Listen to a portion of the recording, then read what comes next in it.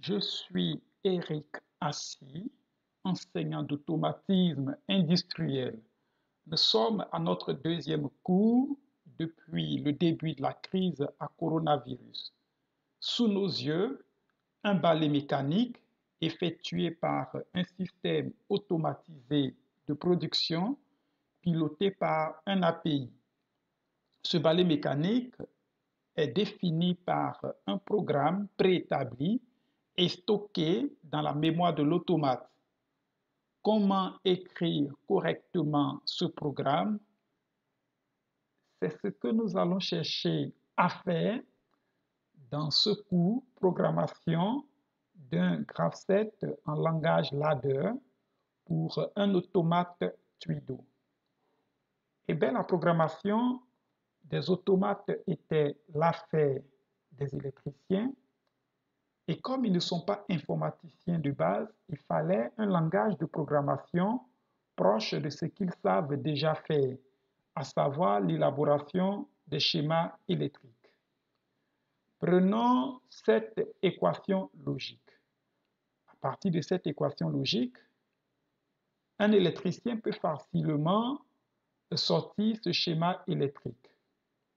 La programmation de cette équation logique en langage ladder nous donne cette représentation. Eh bien, on peut le remarquer, un programme en langage ladder utilise presque la même représentation qu'un schéma électrique. Un programme en langage ladder est constitué d'un ensemble de réseaux. Ici, nous avons un exemple de programme en langage ladder. On voit bien deux réseaux, donc le premier réseau ici et le second. Et dans chaque réseau, on peut voir qu'on a deux barres verticales. Donc, le réseau est constitué de deux barres verticales. Et à l'intérieur de ces deux barres, nous avons une première zone. Donc, cette première zone, la zone de test. Et nous avons une deuxième zone, la zone d'action. Dans la zone de test, nous avons un ensemble de conditions. À partir du résultat du test effectué sur ces conditions, on va mener une action dans la zone d'action.